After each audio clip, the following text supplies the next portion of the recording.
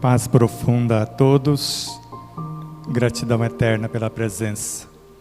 Que Deus nos abençoe neste instante divino, que o Cristo encontre em nós as predisposições, nas essências ou imanências de nossa consciência e também no universo racional,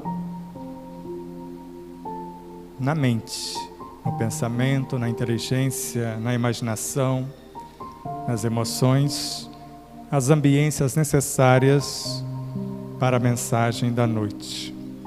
Porque a imposição é filha do desespero, mas o convite é irmão gêmeo de grandes esperanças. No Evangelho segundo o Espiritismo, na sua terceira edição, encontramos no capítulo 8, no item 8 do capítulo 11, o amor é o sentimento que, acima de tudo, resume de forma completa a doutrina de Jesus. Mas os sentimentos são os instintos que se elevaram de acordo com o progresso realizado. No início, o homem tinha apenas instintos que se encarregavam da preservação da vida. Mais avançados no seu estágio evolutivo, esses instintos eleva-se ao degrau das sensações. As sensações têm como objetivo registrar o sabor das atitudes que o instinto pratica. Mais purificado esses instintos, essas sensações, melhor dizendo, transforma-se em emoções, segundo Joana de Ângeles.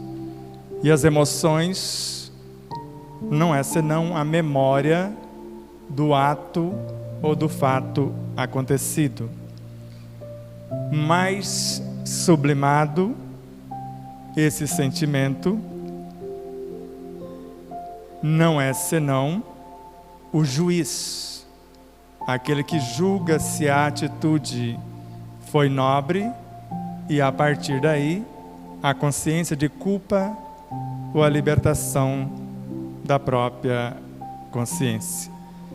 No ponto mais delicado desses sentimentos surge o amor, que reúne e condensa todas as sublimes revelações. E como o nosso tema de hoje é sentir, pensar, agir. O que foi feito primeiro, o ovo ou a galinha? Nós sabemos que foi a galinha. E nela colocou-se a oportunidade de dar prosseguimento o mecanismo da procriação. Para Emmanuel, Deus cria a criatura e na criatura o poder de criar. Conforme nós ouvimos, se no início o homem tem apenas instintos, para Allan Kardec, em A Gênese, os instintos não pertencem nem ao corpo, nem à alma. São colaborações que os agentes da natureza, a serviço desse corpo e desta alma, principalmente a serviço da alma, ajudando-a a governar o corpo. Para Pietro Baldi, na obra A Grande Síntese, que Emmanuel narra que trata-se esta obra do Evangelho da Ciência, com a capacidade de renovar todas as bases da filosofia e da religião e restaurar todo o messianato do Cristo no planeta Terra. Então é uma obra filosófica, científica e religiosa ao mesmo tempo. E nesta obra o autor narra que destaca-se do nosso subconsciente o quartel-general dos instintos, pequenas almas instintivas para nos ajudar a governar o corpo, os seus sistemas, os seus órgãos, os seus tecidos, suas células, moléculas, átomos e tudo mais. De modo que, se os instintos são pequenas almas, quantas almas compõem o seu corpo? Porque esses instintos governam exatamente tudo no corpo biológico. Por isso nós chamamos de automatismo. Esse automatismo é o que nós chamamos também de subconsciente. Temos no consciente, que é onde eu estou usando para conversar com vocês, usando a minha inteligência, e mediante a minha inteligência, o meu poder imaginativo, porque se eu não tenho inteligência do que eu vou falar, não tem como eu imaginar aquilo que eu desconheço. E mediante o poder imaginativo, eu tenho a capacidade criativa que vai auxiliar esse poder imaginativo para criar, que é o pensamento. E eu vou interagir com a matéria mental. Mas essa matéria mental, segundo André Luiz, na obra Libertação, é composta também de pequenas almas. Mesmo nesse universo, já são pequenos seres. A matéria mental é sempre formada por incontáveis seres a caminho da evolução no universo sem fim. De modo que, se eu penso baseado nos instintos, porque o sentimento, a sua sequência, de acordo com André Luiz, se transforma em pensamentos.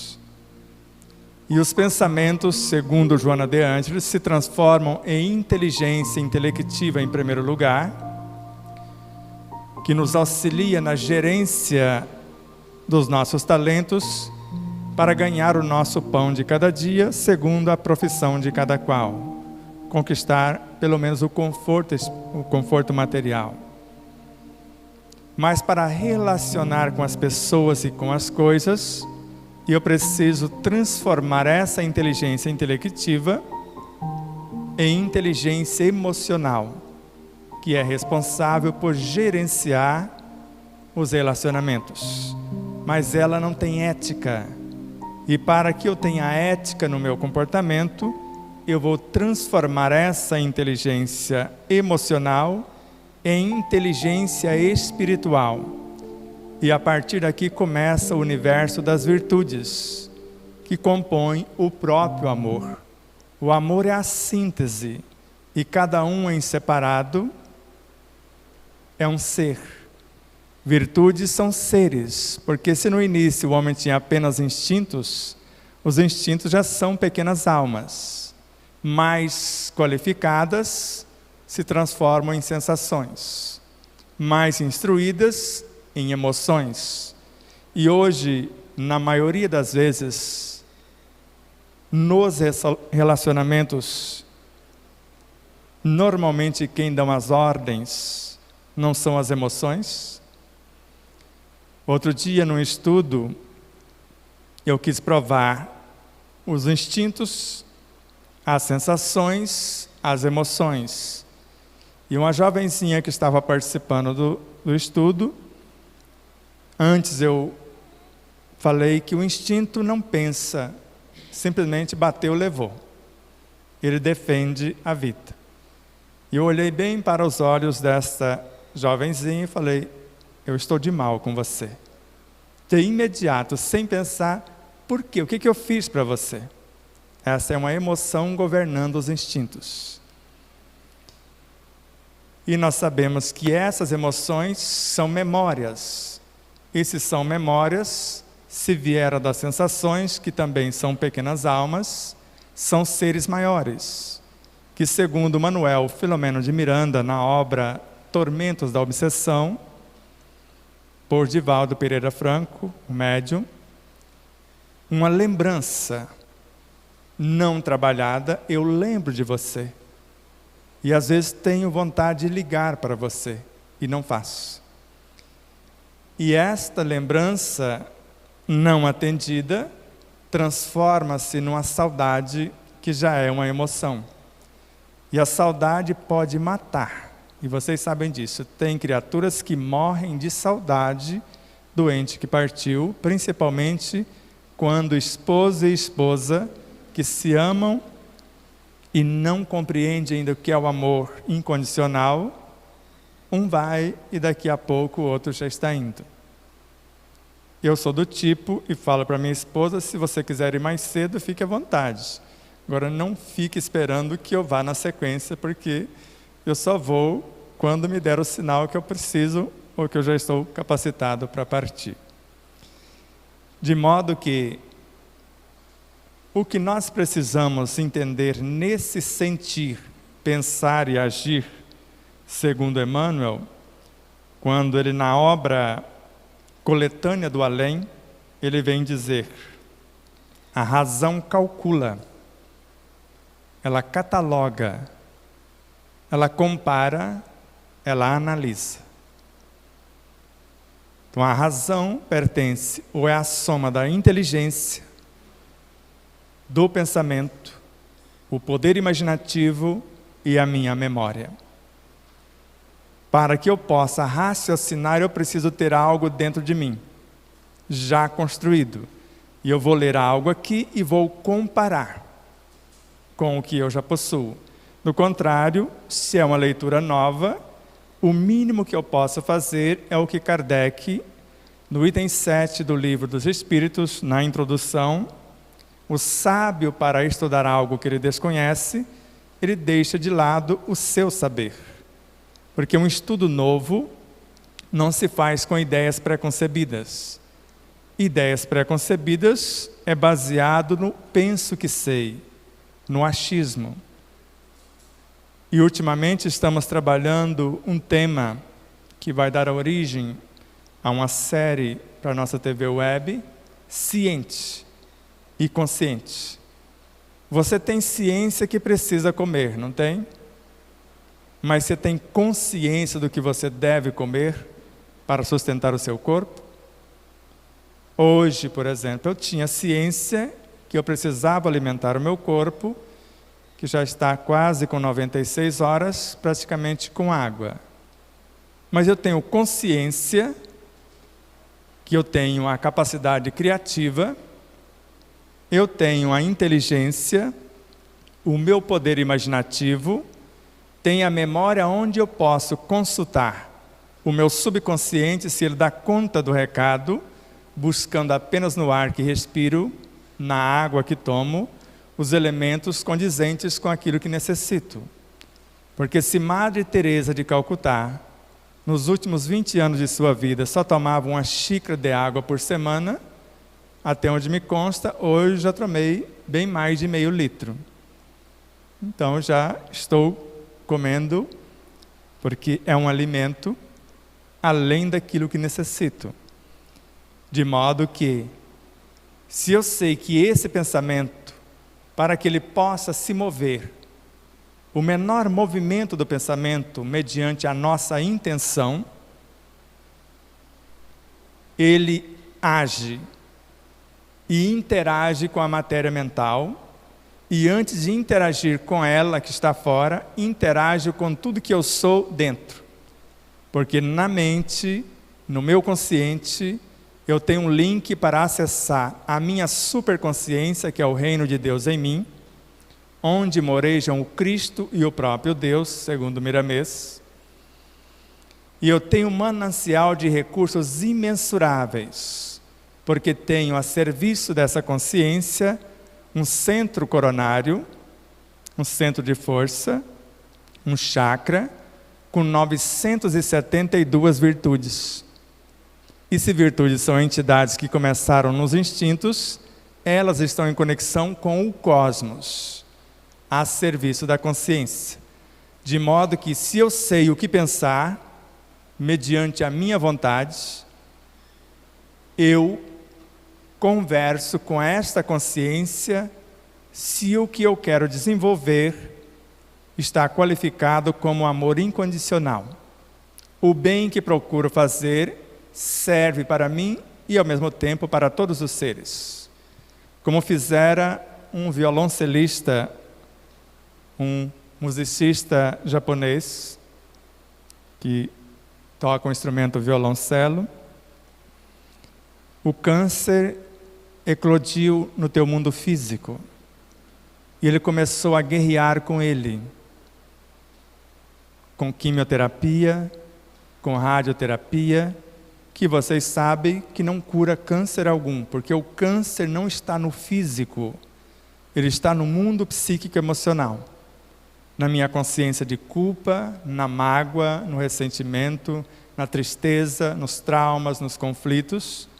É um bacilo psíquico, segundo Ramatiz. É um conjunto de fatores, segundo o Dr. Décio Iandoli Júnior. De modo que eu posso matar o corpo e vou continuar com o câncer. E ele percebeu que quando ele começou a guerra, o câncer acelerou, ficou mais agressivo. Ele parou de guerrear e começou a amar o câncer e as células cancerígenas. E após declarar amor para o seu corpo, para o seu universo mental, psíquico, emocional, ele começou a amar as pessoas, as coisas à sua volta. E quando fizera o novo exame, não tinha mais nenhuma célula cancerígena. Ela se transformou naquilo que a sua consciência determinou. E os médicos cientistas que fizeram o experimento com inumeráveis pacientes chegaram à conclusão que o que a célula cancerígena teme é o amor. Não são os medicamentos, e falo de experiência própria. De modo que a razão vai calcular perdas e lucros. Depois ela vai catalogar o que lhe convém. E depois vai comparar o que foi catalogado. E após comparar, vai analisar o que vai ser colocado na ação. E de acordo com Miramês, diz que a paciência cria um campo na frente. Não deixa nada sair enquanto a razão não decidir o que vai ser falado. Então a paciência tem a função de segurar, cria um muro, uma barreira, se a pessoa tem consciência disso, até ela calcular, catalogar, comparar, analisar. Mas a razão só sabe isto. E Emmanuel, nesta obra citada, a Coletânea do Além, ele narra que o sentimento cria, ele alimenta, edifica, ele ilumina. Então, quem é o mais poderoso? A razão ou o sentimento? Mas é o sentimento grosseiro que estava na linha de ascensão, por isso que eu fiz questão de começar pelos instintos, porque os sentimentos são os instintos que se elevaram de acordo com o progresso realizado.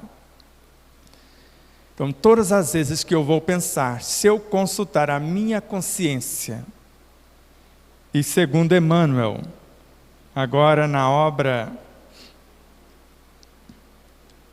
Semeador em Tempos Novos, ele vem dizer, o sentimento inspira, se você consultar esse sentimento superior. O pensamento vai plasmar o que foi inspirado. A palavra vai orientar. E o ato vai realizar.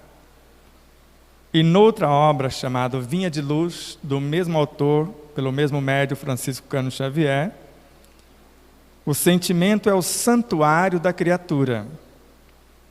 Sem luz aí dentro, é impossível refletir a paz luminosa que flui incessantemente de cima da consciência, de cima para baixo, ou pode ser até a paz cósmica, se vocês preferirem. De modo que a minha vontade cria o próprio pensamento. A vontade está a serviço da minha consciência, do reino de Deus em mim, do Cristo e do Deus que estão em mim. Mas esse reino de Deus em mim, segundo André Luiz, foi o que eu construí. Foi os instintos que eu transformei em sensação. As sensações que eu transformei em emoções. As emoções que eu qualifiquei como sentimentos. Os sentimentos que eu transformei em pensamentos. Os pensamentos em inteligência intelectiva, estas em inteligência emotiva e estas, por sua vez, em inteligência espiritual, que já estamos no campo da intuição, quando chegamos a esse estágio. Por isso que hoje os empresários conscientes, eles não interessam mais pelo QI de 180, 200. Eles preferem um QS de 10, que consegue relacionar mais do que quem tem um QI alto. Mas prefere o coeficiente espiritual, porque se a pessoa sabe relacionar, mas não tem ética, ela sabe conquistar, mas não tem ética nos seus relacionamentos, pode colocar a empresa em perigo, porque ela vai fazer fofoca, porque não sabe, a consciência emocional não sabe disso, somente a consciência ou inteligência espiritual, que o mal não merece comentário em tempo algum, conforme André Luiz em Agenda Cristã. Ou no Evangelho segundo o Espiritismo, o mal não merece comentário em tempo algum. Ou conforme Allan Kardec, na obra O Céu e o Inferno, o mal não existe. E conforme a prece de Pai Nosso, à luz dos estudos do pós-doutor em Ciências da Religião, Severino Celestino, na obra Analisando as Traduções Bíblicas, ele não disse livra-me do mal. Ele fala que no aramaico não estava escrito essa frase. Não me deixe entregue à tentação. Quer dizer, não me deixe sozinho. E nem precisava pedir, porque Deus é onipresente. Se é onipresente, eu não estou sozinho. Se Ele é onisciente, e se está pedindo que eu passe por tal prova ou tal situação, é porque Ele sabe o que é melhor para mim. E normalmente vemos fora o que precisamos trabalhar dentro, quando o que vemos fora nos desequilibra dentro. Porque quando já estamos equilibrados dentro, quando alguém nos fere a face do orgulho, nós ofertamos a face das virtudes. Alguém me convida ao desespero, eu ofereço do oásis dos meus sentimentos, das minhas virtudes, a esperança. E a esperança, segundo Joana de Ângeles, é a doce presença do amor. Se o amor, segundo a autora, ele gera, nutre, organiza e mantém a vida em todas as suas expressões, e a esperança é a doce presença, então ela tem esse poder de gerar, nutrir, organizar e manter a vida. Ou conforme Amélia Rodrigues, na obra Pelos Caminhos de Jesus, por Divaldo Pereira Franco, a fé, a esperança, a caridade, a misericórdia são entidades de alta hierarquia.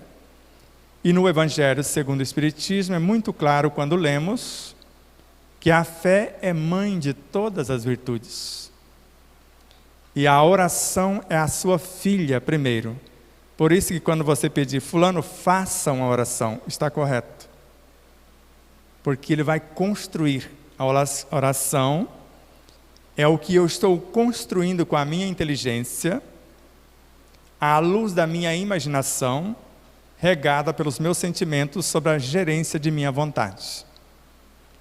Então eu posso criar com esse poder da oração, que Joana de Ângeles narra que é o mais potente mecanismo no processo da autocura. Porque a oração é o mecanismo para colocarmos em ação o Evangelho que está em nossa consciência, que é o reino de Deus em nós, o reino das virtudes. Eu é que vou escolher o que eu quero encarnar no meu corpo: a paciência, a compaixão, a alegria, a esperança, a caridade. E quantas pessoas em nosso meio acreditam que caridade é dar coisas. Se caridade é um ser, conforme Kardec, Caridade para comigo é a iluminação da minha consciência. E conforme Joana de Ângeles, a autoiluminação é a primeira tarefa de um médium. E médiuns todos somos, com menos ou mais sensibilidade. De modo que, se o pensamento cria, edifica, alimenta e ilumina, quando nós chamamos de autoiluminação, é mais ou menos isso. Conforme Manuel Filomeno de Miranda, na obra Perturbações Espirituais, por Divaldo, viver é um fenômeno biológico. Os instintos se encarregam disso. Agora, viver bem é a busca do prazer, que infelizmente é mais de 50% da humanidade, buscando o prazer. Agora, bem viver é quando eu percebo que eu e todas as coisas somos expressões de Deus. E se eu amo Deus em todas as coisas, que é a sugestão de Miramês, todas as coisas que são expressões de Deus, e se eu as reconheço como tais, eu vou estar interagindo com Deus, como estou fazendo agora, vendo vocês. Vendo a obra, vejo Deus. Namastê. O Deus que existe em mim reconhece e reverencia o Deus que existe em você. Mas se o Deus está mais para instintos, porque o instinto, se eu privar o meu corpo do necessário, quando ele vê um banquete farto, ele fala, vamos armazenar, porque esse cara ou esta moça vai deixar a gente passar fome. Então vamos comer um tanto mais e fazer depósitos de gordura, por exemplo. Ou quando eu como açúcar demais, se o meu pâncreas estiver em dia, criando nas ilhotas de Langerhans, com o auxílio das células betas, células alfas, a insulina, que é um hormônio, e o glucagon, que é outro hormônio, ela encarrega-se de carregar o necessário para o interior das células. E o excedente transforma em glicogênio e vai armazenar no interior dos músculos, na intimidade do fígado e até em pequena monta nas entranhas dos rins. E quando eu entro num processo de jejum, de escassez do açúcar, por exemplo, agora é o glucagon que vai trazer desses depósitos e transformá-lo em o glicogênio em glicose outra vez. Mas quando eu desconheço o que realmente necessito comer, porque basicamente tudo é açúcar, aí eu ainda quero colocar açúcar em algo que já tem açúcar. Porque se eu tiver o paladar educado, que foi o aconselhamento de Allan Kardec, o sabor depende da educação do paladar. Então, se eu tenho o paladar educado, eu sei que todas as coisas têm sal e todas as coisas têm açúcar. Porque eu não acredito que Deus falhou na natureza. Tudo está perfeito se o meu paladar está em harmonia. Eu não vou colocar chá e colocar o açúcar. Se eu tenho harmonia no paladar, eu vou perceber a essência do doce em qualquer chá ou em qualquer outra situação. Se eu tenho consciência que o sentimento cria, que ele edifica, que ele ilumina, que ele alimenta, eu não preciso comer muita coisa, porque tudo são expressões de Deus. E se são, tudo está em tudo, segundo Kardec, na questão 33 do Livro dos Espíritos. tanto que a chamada pirâmide alimentar caiu por terra, porque não é a quantidade do que se come, nem a variedade dos elementos, é como eu estou na hora da alimentação. O que é que eu estou criando com os meus sentimentos? Principalmente o sentimento de gratidão, que é o comprometimento com tal alimento. Vou fazer o máximo com o mínimo que eu estou comendo. E ao mesmo tempo, a esperança que ele não falte, mas a esperança já traz em si o amor, que gera, nutre, organiza e mantém a vida em todas as suas expressões. E ao mesmo tempo, a alegria, que a sua função é abrir os espaços psíquicos, emocionais, perispirituais e físicos, e até no mundo moral e espiritual, para que nós possamos interagir. Se eu sei o que é isso, se você recebe com alegria uma cenoura, você extrai dela sem precisar comer o que ela tem na sua essência. Sentir, pensar, agir. Nós fazemos isso. Primeiro eu sinto. E eu vi isto ao vivo e a cores num moço chamado Hermeto Pascoal. Primeiro ele te analisa com os sentimentos dele. E com o sentimento dele sabe se você é um ser bom ou não. Se é um ser que merece a confiança ou não. Ele te vira do avesso com os sentimentos nobres dele. Ele fala que faz isso desde criança.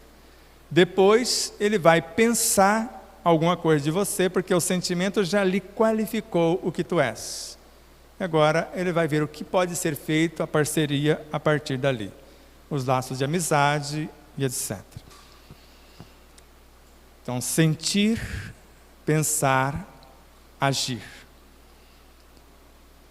Nós trouxemos uma obra chamada Jesus e a Jerusalém Renovada. Essa obra mudou a minha vida. E como um presente divino, tivemos a honra de prefaciá-la, porque ela estava esquecida. A editora que tinha os direitos faliu, fechou. E outra editora comprou os direitos, a Liberdade e Consciência, e nos convidou para prefaciar a obra, sabendo que nós tínhamos participado de um congresso no qual tínhamos estudado a obra. Falei, essa será uma honra. E nesta obra, o que mais me chamou a atenção, se eu não tenho condição, a partir da minha inteligência espiritual, ética, se eu não tenho condição, consciência, que eu preciso chegar na seção onde trabalho, ou na repartição onde trabalho, no horário que eu fui contratado para tal, e fico sabendo que o meu chefe não está hoje, e ele estando ou não estando, a minha consciência ética vai me convidar a chegar no mesmo horário. E Ramatiz narra, a criatura que não está pronta para isto, ela não consegue se iluminar. Porque a vida coloca fora o que ela precisa trabalhar dentro. A esposa não tão compreensida, o marido semelhante, filhos, patrões. Então, se eu não sei conviver ou viver bem com tudo que está à minha volta, eu não estarei pronto, se eu não fizer isto, para entrar na antecâmara. O que está antes do meu consciente, onde eu estou. Que nós chamamos de inconsciente, onde moreja as sensações, emoções, sentimentos, pensamentos, inteligência intelectiva e emotiva, não qualificadas ainda. Ali, segundo Joana de Ângeles, é que está os mais terríveis adversários. Então, se eu não faço a ginástica moral aqui fora, exercitando a paciência, a ciência da paz, a tranquilidade interior, segundo Joana de Ângeles e Emmanuel,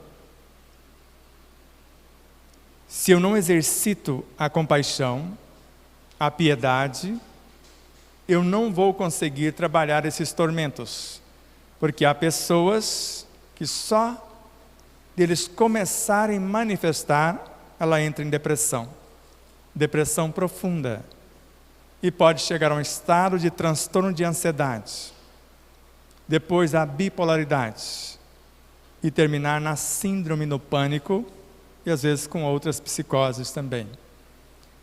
Porque não se capacitou, tem raiva do vizinho, detesta o irmão, tem dificuldade de relacionar a vida até com a própria mãe, com o pai, e ele precisa beber nessa fonte interior, que é o reino de Deus em nós, para que nós possamos construir a paz no ambiente onde estamos, que é o consciente.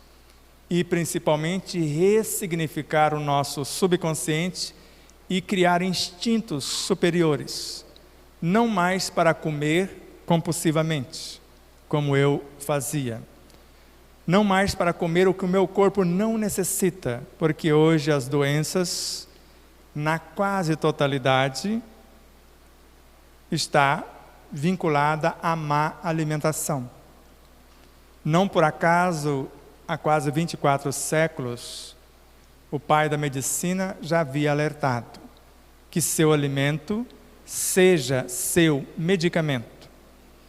E nós sabemos que o pão que nós fazemos de maneira natural, se durar 3 dias sem mofar, é muito. Mas o pão lá da quitanda do supermercado não fica 40, 60 dias ou mais. Tem uma moça que guardou o seu lanche, o seu cheeseburger e um hambúrguer, já está com quase 5 anos, e está lá intacto, todo o material. Então, o que é que foram colocando para conservar?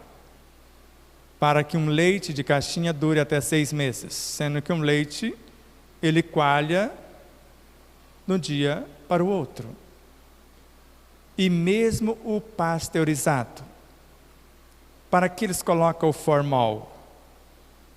Para que colocam a água oxigenada? Por que colocam soda cáustica no leite pasteurizado, que é o menos agressivo? Para conservar.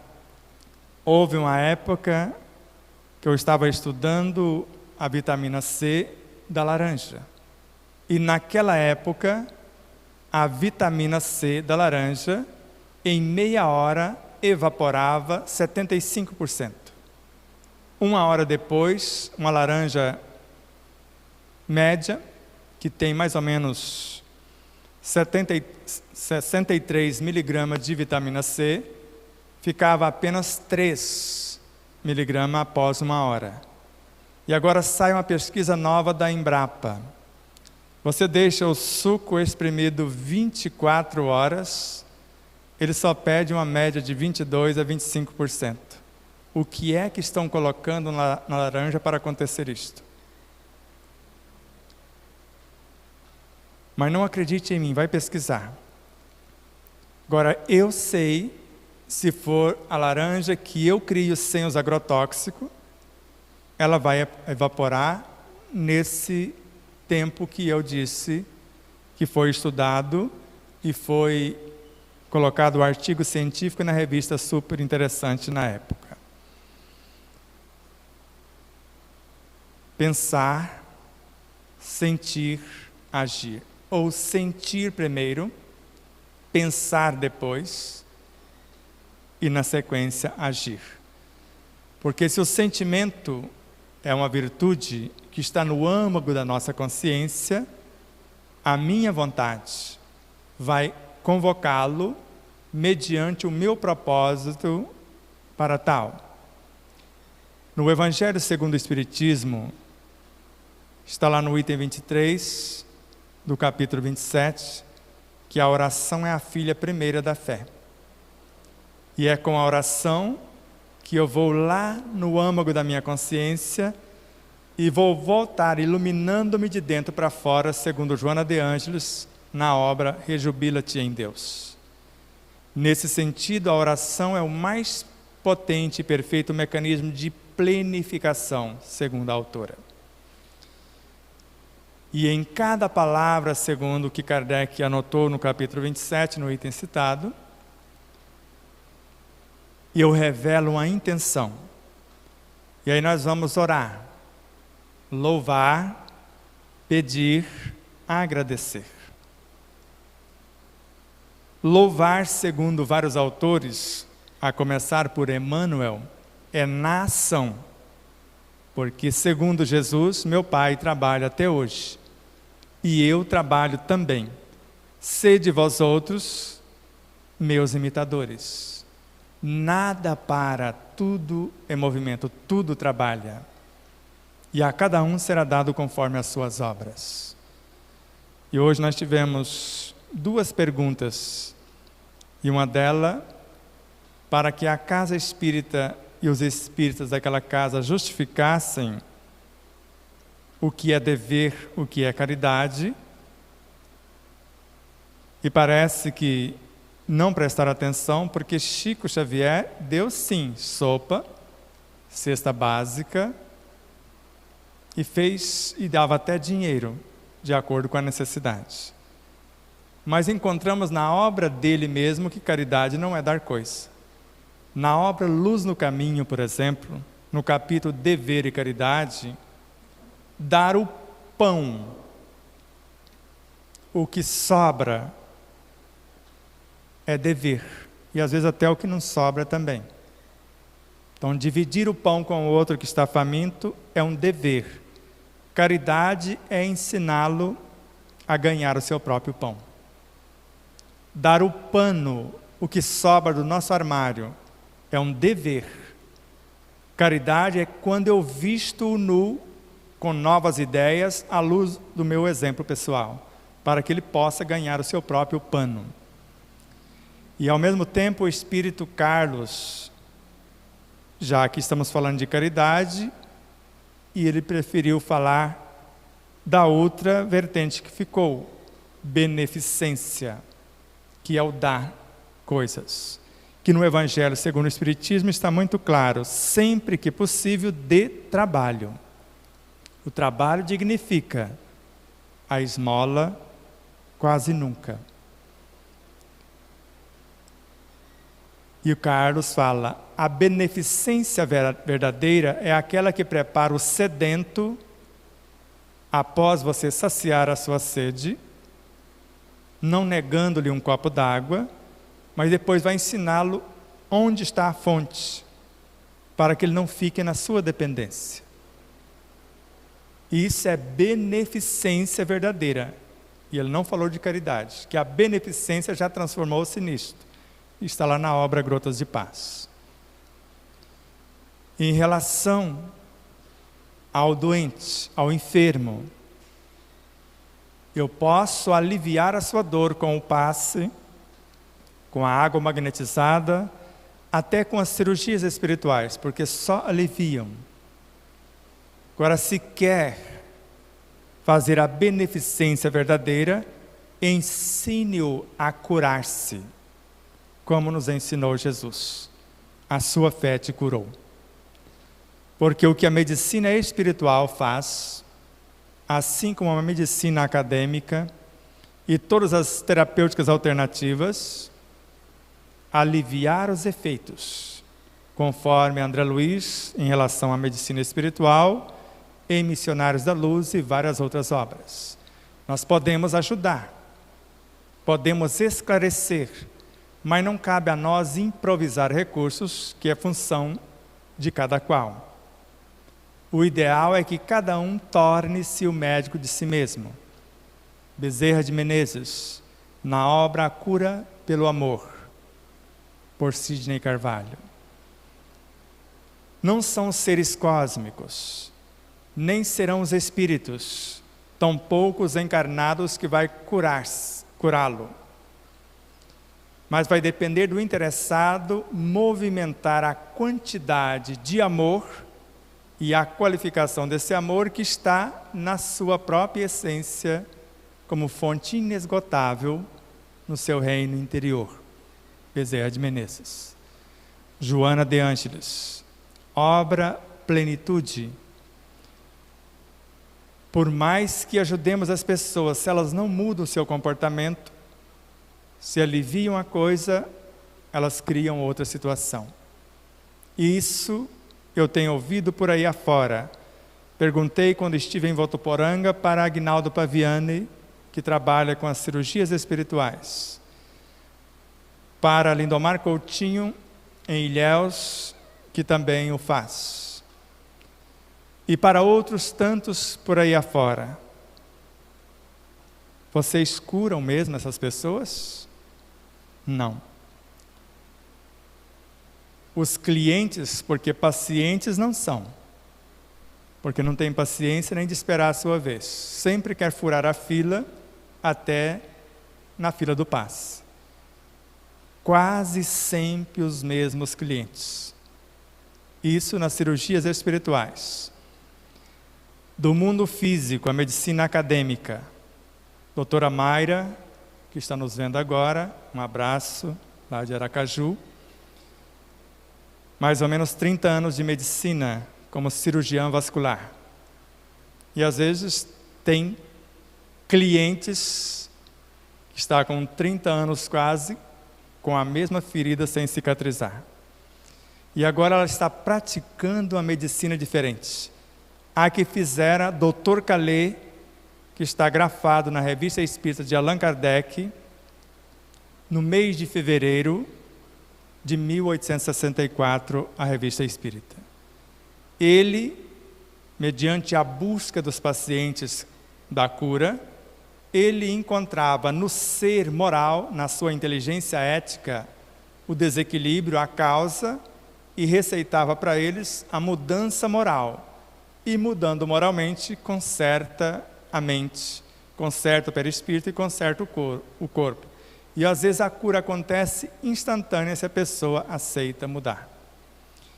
Mas há pessoas que chegam até ela e às vezes fuma, e vocês sabem o que o fumo faz, não só com o sistema respiratório, mas em especial o sistema circulatório. A eclosão das varizes, das feridas, das úlceras. E falou para a pessoa que ela precisava, para começar o tratamento, de deixar de fumar. Vou pensar. Falei, não tem que pensar, minha filha, você já está quase com o pé na cova, porque se não parar agora, eu vou ter que amputar. E não é só amputar, porque mesmo amputando a perna, as duas pernas, ainda pode morrer. E as pessoas, uma que aceitou a mudança moral, em 28 dias, houve a cicatrização de uma ferida que pegava quase do joelho até o tornozelo. Cicatrizou 60%, 70%, com a mudança moral. E além da mudança moral, ela dá dicas de nutrição. O que comer, o que ouvir, o que ler e etc. Então, sentir, pensar, agir. A minha vontade, a serviço da minha consciência, ela está entre a mente e a consciência profunda, o reino de Deus em mim. Entre o consciente e o superconsciente. Ela objetiva a tranquilidade interior e a conquista do infinito, segundo Joana de Ângeles. Quando eu oro, usando a minha inteligência, o meu poder imaginativo, os meus sentimentos enobrecedores, entrando em conexão com a minha consciência, a vontade traz as lembranças intuitivas, as virtudes, e quando ela entrega para a mente, para o consciente, a encomenda chama-se pensamento.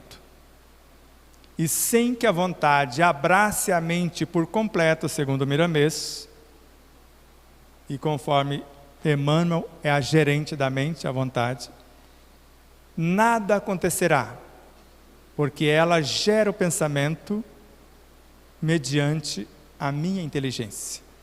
Porque eu posso te dar uma argila e você fazer apenas um tijolo. Você, quiçá, uma telha. Você já pode fazer um vaso de porcelana de alto nível, vai depender da habilidade de cada um, da experiência. Então, quando chega o pensamento, em si ele não tem qualificação, porque não é ele o ser que nos atormenta. Não é a mente, porque ela é apenas o laboratório. Vai depender de quem está no comando da mente. É os sentimentos que criam, que edificam, que alimentam, que iluminam as virtudes que estão vindo do âmago da minha consciência, ou o sentimento perturbador, filho das emoções. Esse sentimento de vingança, que guarda os ressentimentos, etc. Quem que está comandando a minha mente? Eu vou usar esta capacidade criativa e interagir com a matéria mental que também não tem qualificação. São seres vivos incontáveis, mas não sabem o que nós pretendemos. Eles, segundo Leon Denis na obra O Grande Enigma, eles se achegam pelo convite. E nós é que vamos gravar neles a nossa inteligência, os nossos sentimentos, os nossos valores, para que eles, conforme Emmanuel, se transformem nos infracorpúsculos, os bósons de Higgs para a física clássica, o quantum de energia para a física quântica, e com eles construir as linhas de forças, as ondas, as supercordas, todos os elementos subatômicos, os átomos, que segundo André Luiz são aglomerados de forças vivas. E Allan Kardec, no Livro dos Médiuns, nos ensina de grátis a criar átomos, transformá-los em alimentos e em medicamentos. Como eu cheguei aqui hoje, eu pensei que não conseguiria cumprimentar vocês. Não tinha energia no meu corpo. Não sei como eu vim de Três Lagoas para cá, mas se eu falasse isso para minha esposa e para os amigos que se propuseram, eles deixariam tudo para trazer-me. Eu sei que eu cheguei porque eu assumi um compromisso, eu me comprometi. Eu poderia desencarnar na vinda, mas desencarnei vindo para o trabalho. E não ficando em casa, com um corpo febril, sem alimento, enfraquecido, e o que me fortaleceu? Banho. 3 banhos tomei hoje. E até mais tarde, às vezes mais uns 2. A água nutre, ela acalma, porque eu uso o meu pensamento, os meus sentimentos, o meu poder imaginativo para criar o que eu pretendo.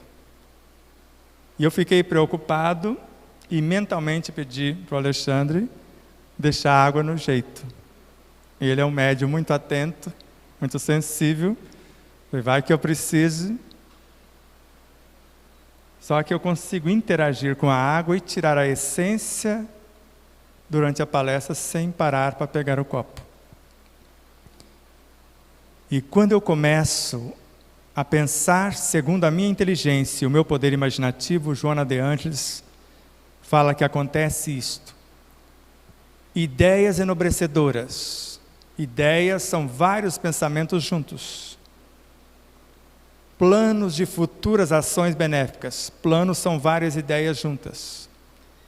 Ideias e planos que eu estou criando mediante esses sentimentos nobres são portadores de energias equilibrantes, que vai reorganizar os meus complexos campos celulares, vai harmonizá-los e aumentar-lhes a produtividade. O ar que eu respiro me nutre em mais de 70%. Isso é um fato científico comprovado. Sem comer eu posso ficar até 47 dias, porque alguém ficou nos escombros e não morreu de fome, mas tinha água. Mas um jovenzinho ficou 9 dias sem água e não morreu desidratado, desnutrido, com 9 dias. Nós não conseguimos ficar 3 minutos sem respirar. Normalmente a maioria de nós desmaiamos. E o desmaio é o corpo desligando para hibernar, para não morrer por falta de energias. Porque se o ar qualificado não chegar no cérebro, eu posso ter um AVC e ver o meu cérebro dilacerado e ficar com várias e várias sequelas. Sentir. O que é que eu estou sentindo quando penso no alimento? Quando penso em alguém? Porque o pensamento tem uma velocidade que é muito maior do que a velocidade da luz, que já viaja a 300 mil quilômetros por segundo, mais ou menos. Maria João de Deus, a mãe de Chico Xavier, viajou da Terra até Marte, Júpiter, Saturno e etc., em alguns segundos. Só que o sentimento é muito mais rápido do que o pensamento. Não tem lapso de tempo, por mais longe que seja. Porque o experimento científico começou num laboratório no mesmo prédio, mensurando a emoção que disparava do doador do DNA até o tecido doado, e não tinha lapso de tempo. A emoção disparava vendo um filme de terror, ou um filme de romance, um de aventura, e etc., sem lapso de tempo. Eles colocaram o material no laboratório móvel e foi afastando até 600 quilômetros para alguns e até 80 quilômetros para outros, porque não chegam ao acordo quantos quilômetros foram. Só que não, mesmo distante, não tinha lapso de tempo. Na Unicamp fizeram um experimento onde um spin de um elétron, um vórtice de um elétron, pertencente ao mesmo átomo, ficou na Unicamp. E o outro foi levado para o Japão. E deram uma ordem para o elétron daqui mudar a direção. Se ele estava rodando para a direita, virar para a esquerda. E lá no Japão, sem lapso de tempo, o outro começou a virar para o mesmo lado. Então, o sentimento, se eu começar a pensar mal de você,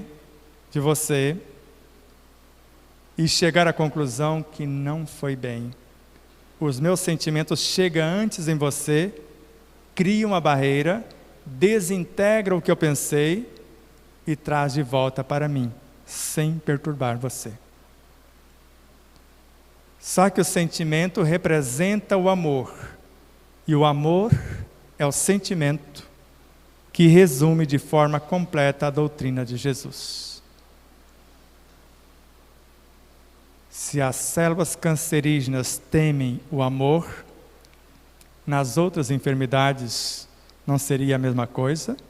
O amor gera, nutre, organiza e mantém a vida em todas as suas expressões. O amor é a reunificação de elementos diminutos que nós chamamos de átomos primordiais ou de espíritos com E minúsculo. A reunificação deles é que formam a matéria-prima.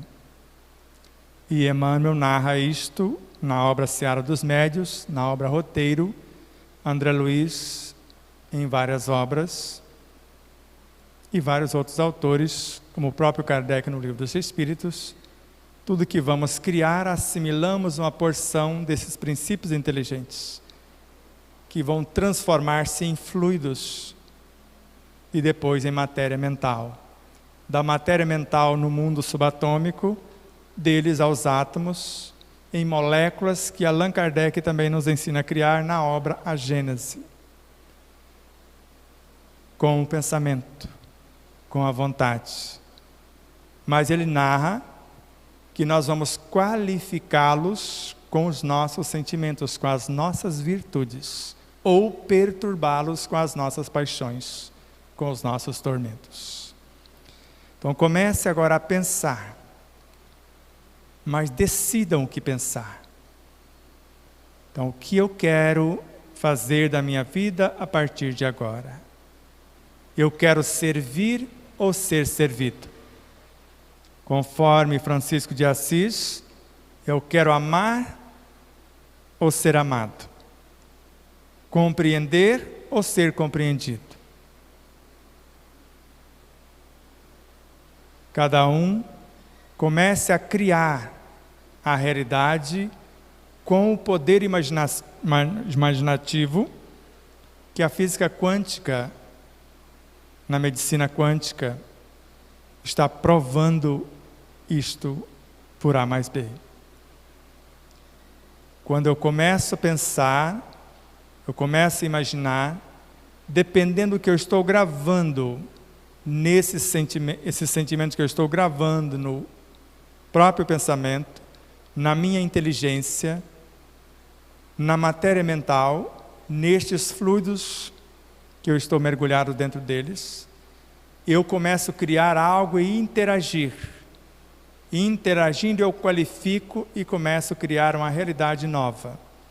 E sem lapso de tempo, esse pensamento, esse poder imaginativo, esses sentimentos em pauta, comunica com todas as células do meu corpo, num relance, sem lapso de tempo. Eu coloquei no livro Despertar da Consciência, do impulso primordial à intuição. Então eu tenho um impulso de criar a minha realidade, ou a realidade nova. Então eu convidei ao festim tais elementos. O menor movimento chama-se irritabilidade. André Luiz, Amatiz. Nós crescemos da irritabilidade do menor movimento para as sensações e etc. E quando elas se achegam, eu começo a perceber nesse gesto a sensação, o impulso, a sensação. Ele se apresenta com o que sabem fazer, os instintos. Eu vou qualificá-los segundo o meu poder racional, para que eles possam transformar-se em intuição, que é a virtude em si.